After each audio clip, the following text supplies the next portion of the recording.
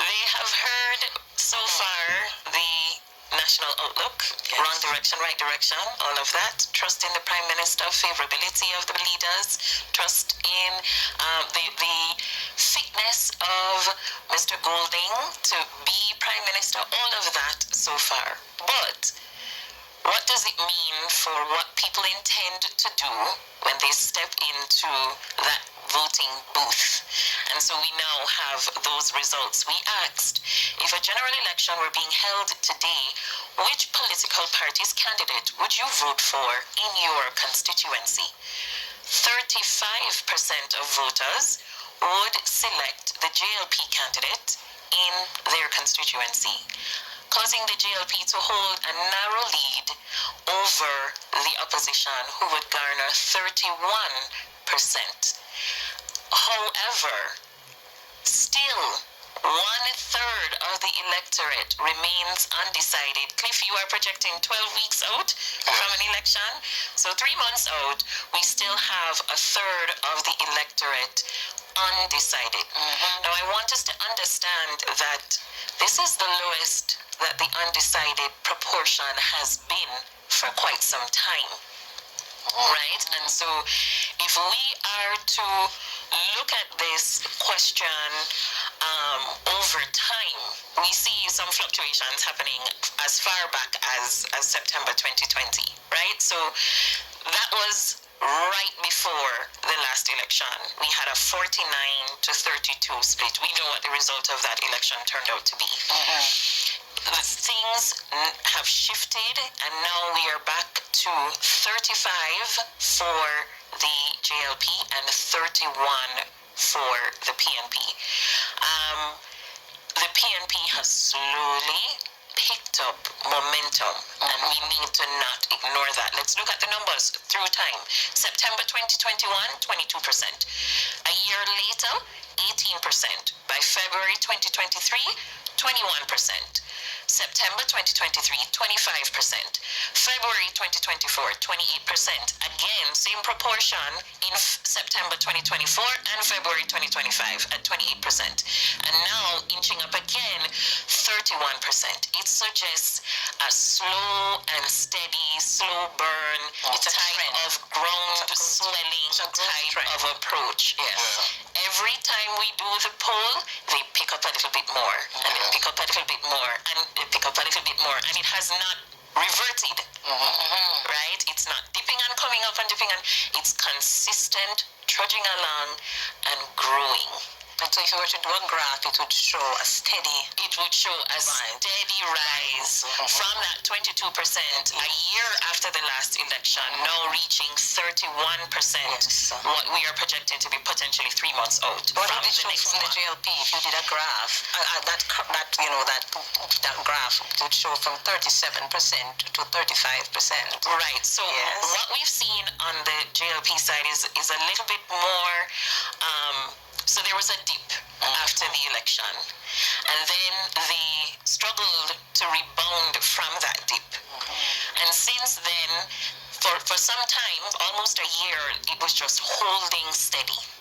Right? So their graph would be a lot more interesting in terms of shape. So it's going to start high, it would have dipped, leveled off, and now it is starting to pick up again. Right, so they're just starting to get some of that momentum, having recovered from some of the challenges in, COVID, post-COVID. All of that would have affected this question and people's impression of them as government.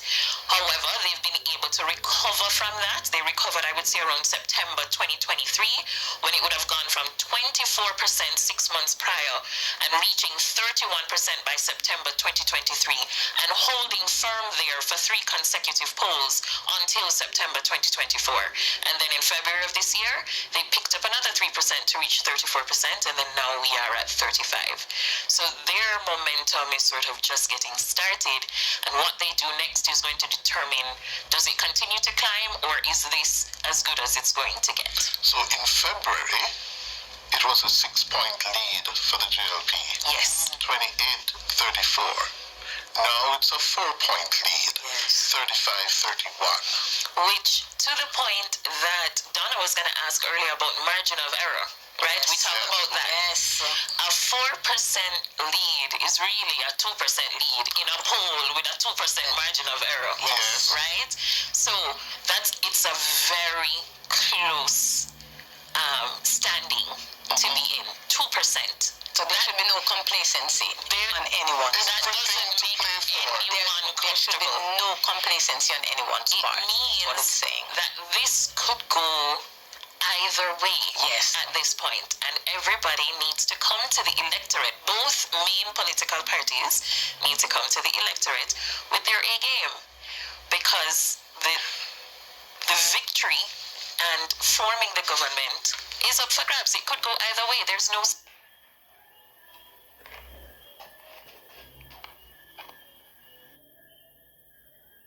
out is, let's look at what this looks like from a party support standpoint. Okay, so the PNP base is out. 88% of them saying we are voting for our leader. On the GLP side, that proportion is 86%. So far, each of the two leading parties have garnered 1 in 10 votes from the undecided. Right? And so on the PNP side it's 10%, on the GLP side 11%. So that's basically the same thing, right? When we talk about margin of error and so forth.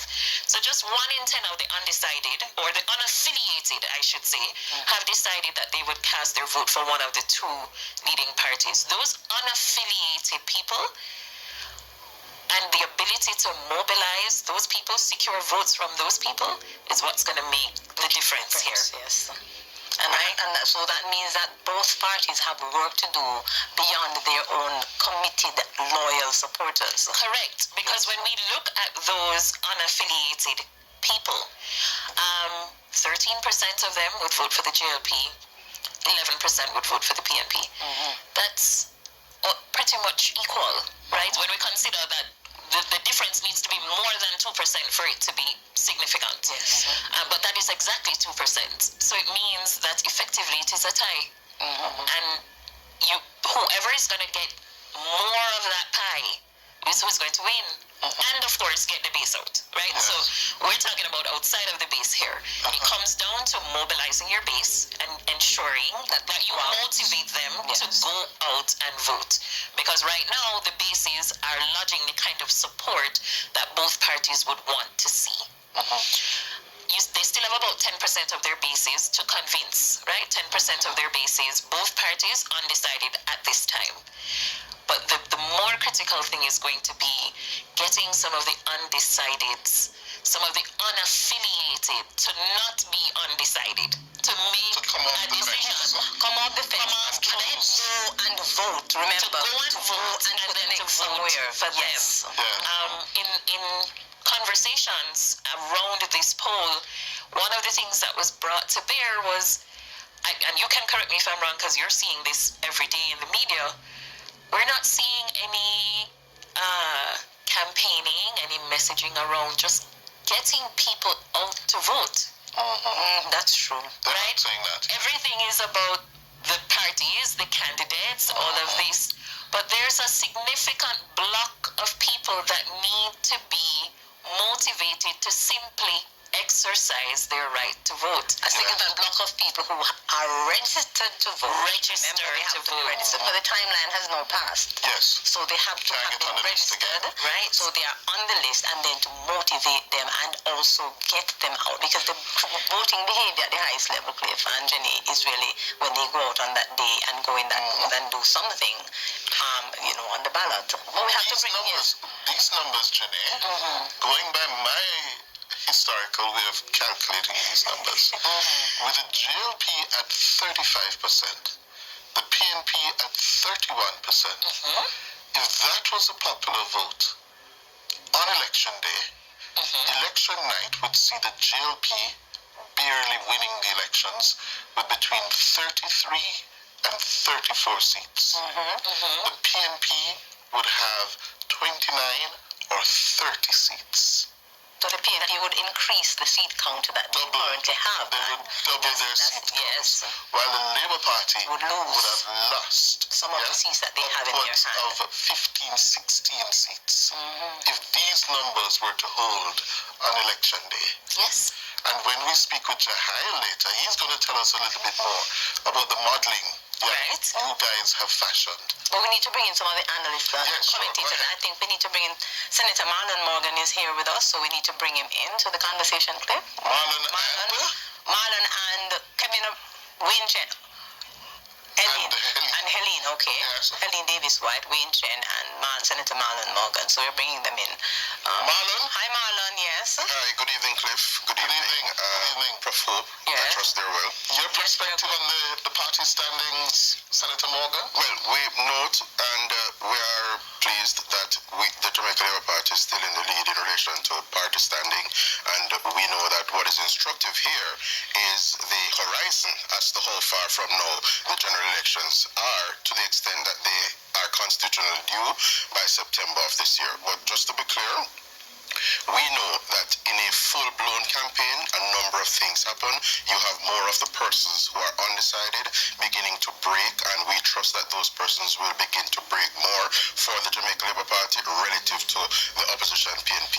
And as the public may appreciate, there's considerable premium on what happens on election day itself. We are getting our operations fine-tuned. We are essentially putting the nuts and bolts in place to ensure that on election day we know where our votes are. The party is embarked on a program of work as we speak in relation to honoring and affirming our workers, ensuring that our base is appropriately energized, getting our canvases tweaked and fine-tuned so that we know exactly where our voters are and we can bring them out on election day. And there's an important observation that I'd like to enter into the public domain here. Relative to the JLP, the PNP has been on the road, and their campaign, for all intents and purposes, Cliff and Prof. Hope, has been on in earnest. The JLP has not quite yet hit the proverbial full throttle in terms of its campaign. And you can imagine when the most honorable Prime Minister dons that coveted green clerks, that pair of green clerks, and takes to the road, trouble it. And we are trusting that more of the Jamaican people will break for us, because unlike the PNP, which is dealing in as a commentator on this program earlier this week mentioned misery messaging, for us in the JLP, we're dealing with a message of hope. No pun intended, yes. And we're dealing with, of course, our record of achievements. The Jamaican people are seeing tangible and demonstrable achievements in front of them, not least the reductions, the sustained reduction in murders, and a host of other things in relation to service delivery, water, public transportation with new buses, rural bus system, and of course, easing and mitigating. But let me ask you, Senator, cost of living. Let me ask you, we're up on the break. We're going to stay the break and come right back.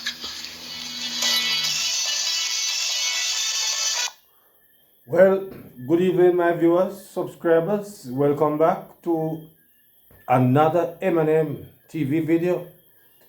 And my viewers, you have heard the party standings. Yes, you have seen where, according to the pollsters, the PNP is moving up slowly but surely at the JLP, my viewers and subscribers.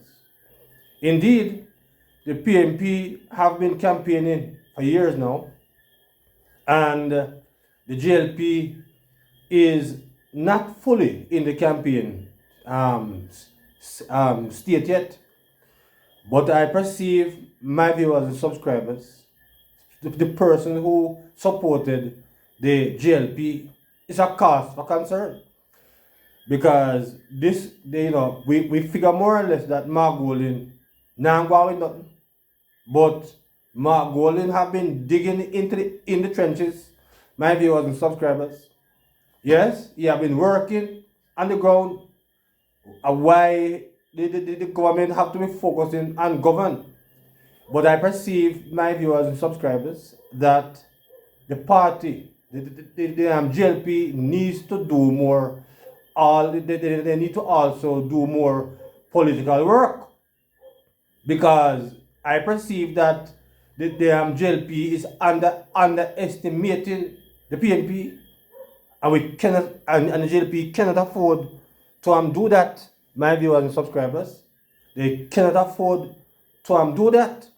And even up until now, my viewers, the JLP still have a few seats to settle, my viewers and subscribers. So at this time, the government have to get the act in order. Yes, according to the scripture, the government, it's time for the government to set their house in order. Yes, to set their house in order. But my viewers and subscribers, you're also going to hear the marginal seats, the three marginal seats, my viewers and subscribers, that always determine who will win the next general election. So you're going to hear at this time, my viewers, subscribers, the marginal seats. Yes, the two St. Elizabeth seats, my viewers, and the one in St. Mary. So you are also in again for another very, very, very, very interesting piece of data. So let's get at this time, my viewers and subscribers, to that part of it now for you to hear it for yourself at this time. That third term issue and where it lands in these particular seats. So we know we have the 50-50 split, completely divergent views when we look at the national picture, but what does it look like when we go into some of these weather vane seats? So in Southeast St. Elizabeth, we have 52% of the voters that we spoke to there. Oh, and before I talk about any more percentage scores, please understand, to all the viewers and all the listeners, that we would have done what we call a boost in these seats. So ordinarily, and at the beginning I would have described that if a particular constituency accounts for 3% of the registered voters, then they account for 3% of our sample. Now, if you're doing some math in your head, those numbers can start to get small for some of the smaller constituencies, and so we may end up talking to around about 75 or so people, right? Some 50, some 60. It will vary depending on the size.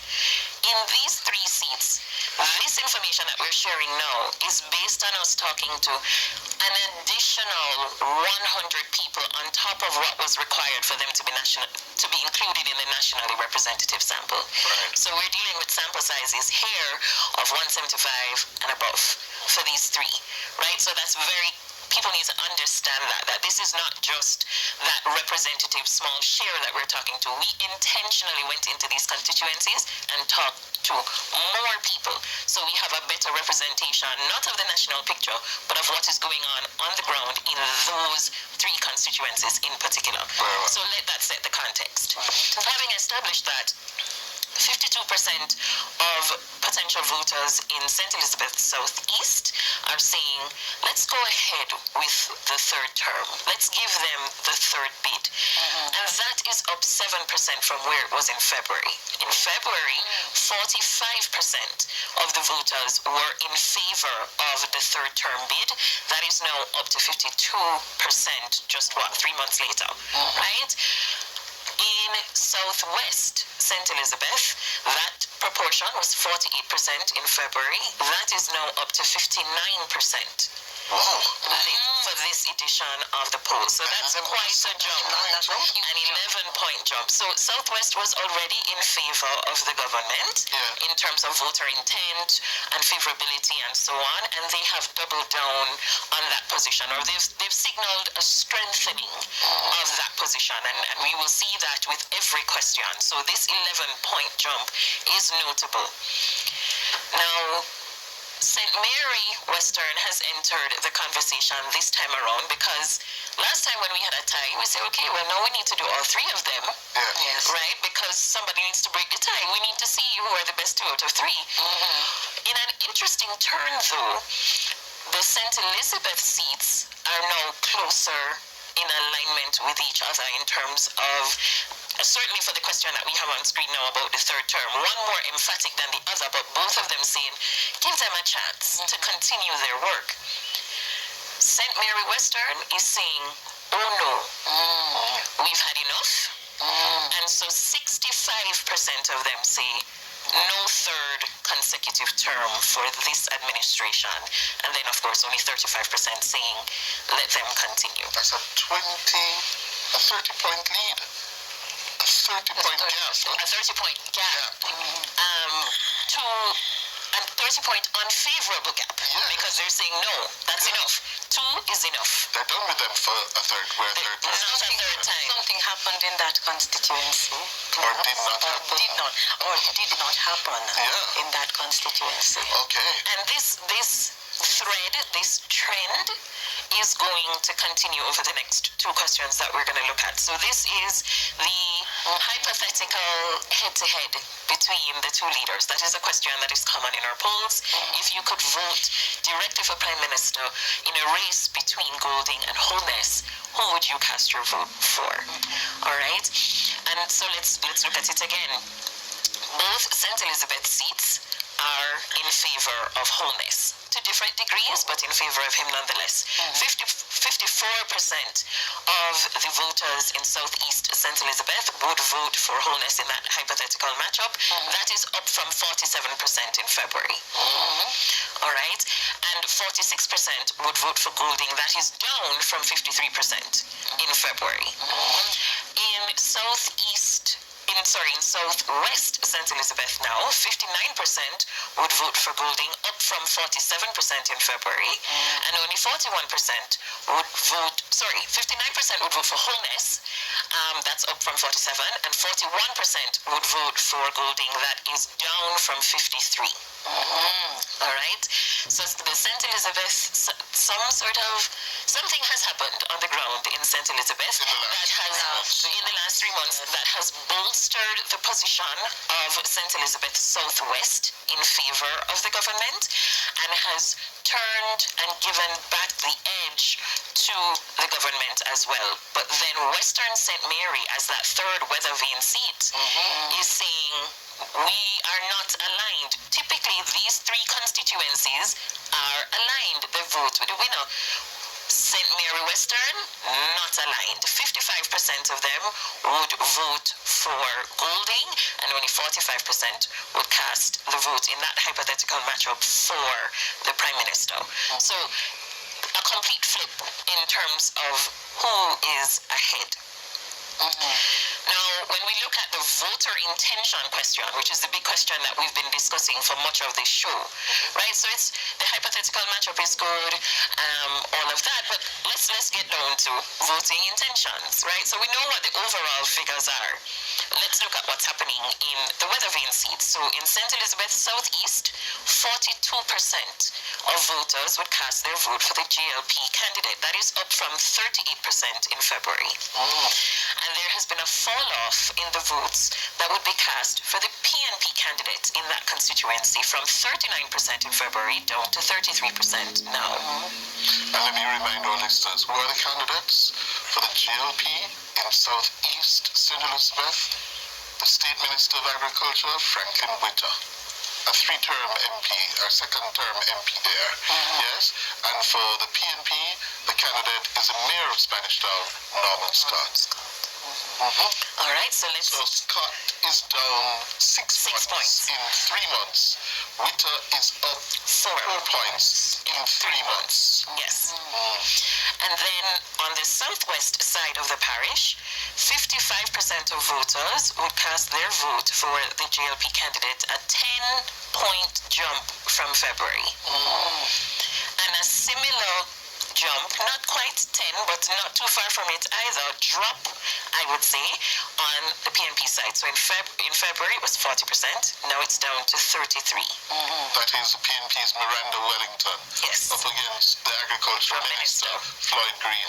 Correct.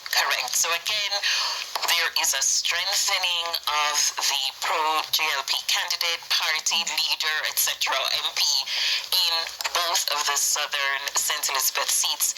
And then Western St. Mary is saying, no thank you, right? Only 20% would cast their vote for Mr. Montague. In that constituency, 39% would vote for his opponent, Mr. Woodbine, Omar Woodbine, yes. from the PNP, and a whopping 38% are undecided in this particular constituency. That is well above the national, which is at 32%, and it's the highest indecision that is being reported anywhere in this poll. Yes. Something is not happening in Western It means something is not it means that there's room for Montague to recover, but you don't know, you just don't know. Because people of St. Mary have gone sour. They have gone sour On the whole administration. Something has not happened, and there are a lot of things that have not happened that you could speak about, but that there's a lot of, we can see that Floyd Green has been doing a lot of work in his constituency and is bearing fruit significantly. So you can, but in terms of, but you know, Jenny, in terms of these being weather vane seats, and 2 out of 3 are trending in one direction and the other is trending in the other, I'm sure we're going to have to hear some modeling coming out of the conversation as to where this is headed, because these are numbers that are giving clear suggestions as to where people's minds are based on what is happening here.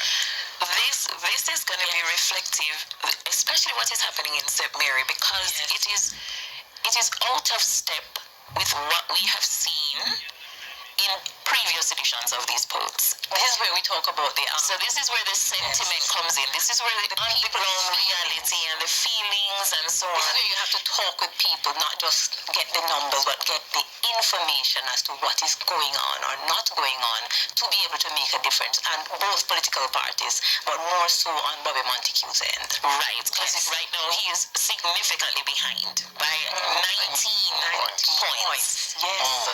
And this is with us talking to a much larger share of the constituents than any other constituency that has been included in the poll outside of the 2 St. Elizabeth ones, where we would have also intentionally increased that sample. Well, what do you make of that undecided block of large 38% voters, Jenny? It is suggesting that those people, they would have typically voted likely in favor of the GLP given that fall off. But right now, they haven't made up their minds about whether or not they're going to continue in that trend. But they're not so convinced that they want to switch either. And so they've decided to sit on the fence instead. Are there water issues in St. Mary? There are significant water issues. And it's water is life sentiment. I see one of the comments in Water and roads. that you know, the black tanks now give out, that's a synonym for water issues. People, people, younger people say not now go on. People need to ensure that if when we're looking at these constituencies, that the needs of the constituents in the correct way are being met. Because we're having nice things happening in St. Andrew Northwestern, my constituency. We're all, and we're all happy. But what about people in places like Western St. Mary? These are things that have to be taken into consideration. I want to ask you, Jenny, Yes. how normal is it in terms of polling to see this kind of turnaround in, or strengthening, that's the word, in southern St. Elizabeth for the GLP versus the PNP in a matter of 3 months? Green up, right, by what? 55? Right now, it's 55 to 33, so a 22-point difference in Floyd Green's Floyd seat. Green's working. And that is up from 45-40 in May. It was 45-40 in February. How is that normal? I mean, in an election year, what is normal? What is normal in an election year? But what it certainly signals is that something has happened on the ground, and whatever it is, it has been effective, it has been resonating, and people are seeing something worth casting their vote for. Something that we want to hold on to, yes. Let me bring in Wayne Chen, Kevin O'Brien Chang, and Helene. Beginning with you, Wayne, what do you make of these numbers coming out of these 3 weather vane seats? I'll say this. We have to consider the impact of Beryl. Hurricane Beryl hit southeast and southwest St. Elizabeth harder than any other constituency in Jamaica. Arguably only South Manchester would have been as affected. And I don't think we would have felt it in Kingston, but certainly on the ground in South St. Elizabeth, in those two St. Elizabeth seats and South Manchester. There was a long time there was no electricity, hundreds of electricity poles around the ground, people were suffering. And being an agricultural region, they also suffered in income. I suspect it is difficult to extrapolate that on a national scale because particular things happen in those two seats. Starting late last year and filtering over into this year, there was a lot more concentrated work once the different agencies got into gear.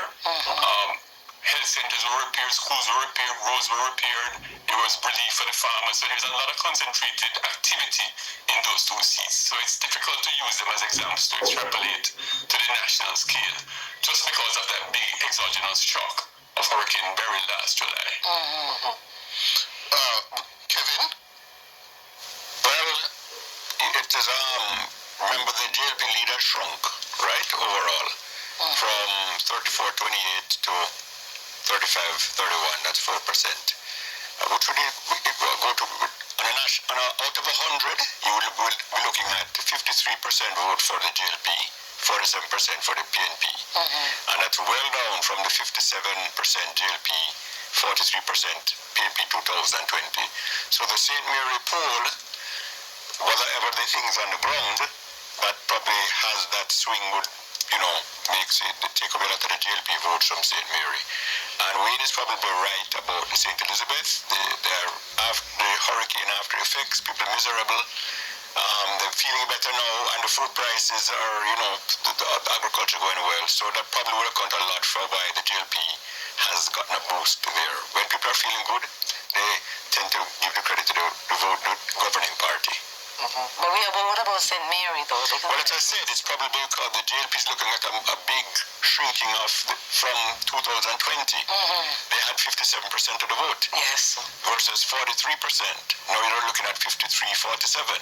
So they're going to lose a lot of seats if those numbers hold up. And St. Mary may well be one of those, apart from what they hear water on the ground. But a lot of if you drop that much in your margin of victory, assuming the poll numbers hold up, you're going to lose a lot of seats. Helene? Yeah, I would have to agree with what both Wayne and Kevin said, but I think also what we should put in the mix is the actual performance of the Member of Parliament on the ground as well. And I've heard things coming out of St. Mary where people are dissatisfied with the performance of Bobby Montague. And for whatever reason, they have shifted. It's left to be seen whether they'll come back as such, but I have heard that is one of the problems with Western St. Mary.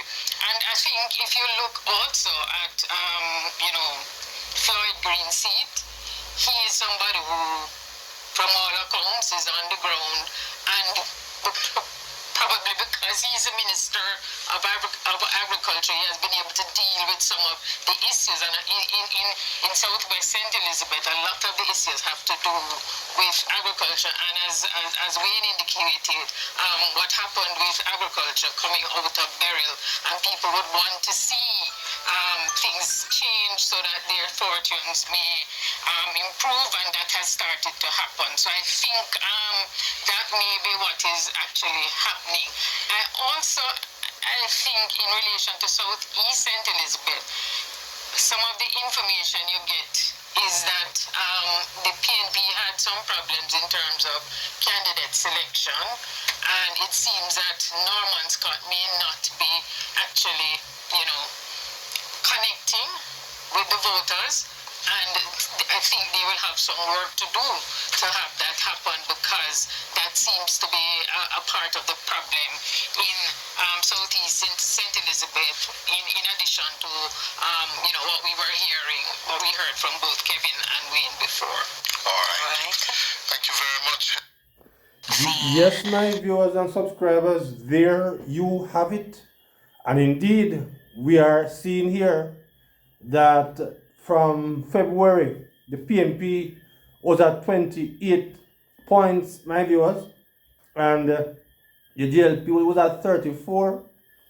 Now, my viewers, in the May edition here, the PMP, my viewers and subscribers, have moved according to Blue Dot some 3 points, my viewers, from February to now May, and my viewers and subscribers.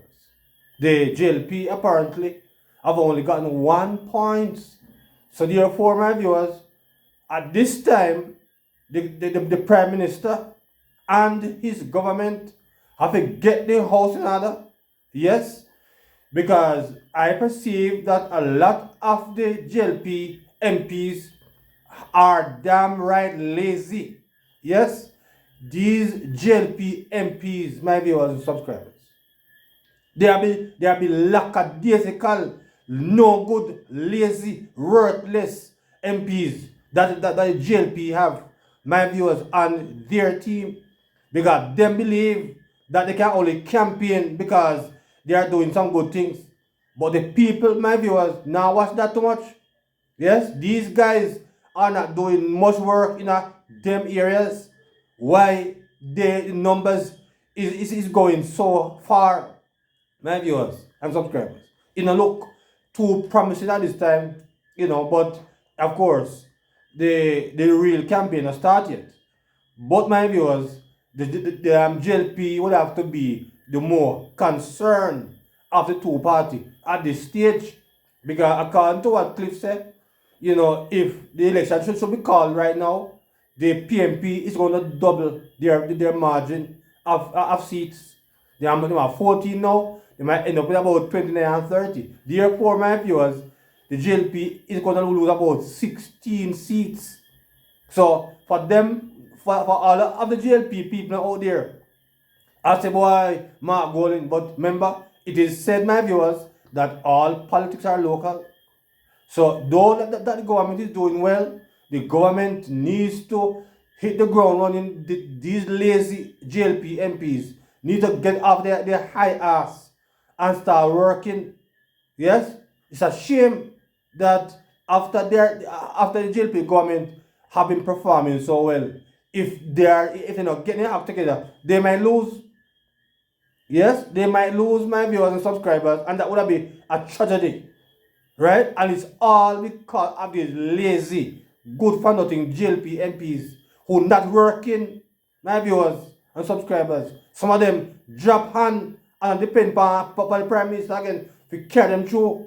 But the Prime Minister don't have that kind of energy there. He don't have that shine there again. Right? So the whole of them now have got to fend for themselves. My viewers and subscribers. But we're not going to talk anymore. Yes? I want to see the numbers and hear the numbers and drop in the comments. Heat up the comment section, my viewers and subscribers, with the comments on it, because I perceive that a laziness is causing the JLP right now for a PNP who only appreciate propaganda, for a PNP who not going to be so close now upon the government. It shows that some of these JLP MPs going with nothing in them areas, my viewers and subscribers. So my viewers, drop your comments in the comment section as it relates to the party standings and the 3 weather vane seats, the 3 marginal seats, my viewers, because indeed the PNP would have been happier at this point in this edition of the poll because remember, my viewers, in February they were 6 points behind the JLP. Now they are 4 points, and therefore you cannot count out the PNP at this stage. So my viewers and subscribers, the government will have to get their act together and put their candidates in place and let go of the foolishness that is happening, because or else a good government will get voted out of office. So they better get them out together, my viewers and subscribers. So until another video, please remember to like, share, and subscribe to the channel. Yes. So until then, good evening.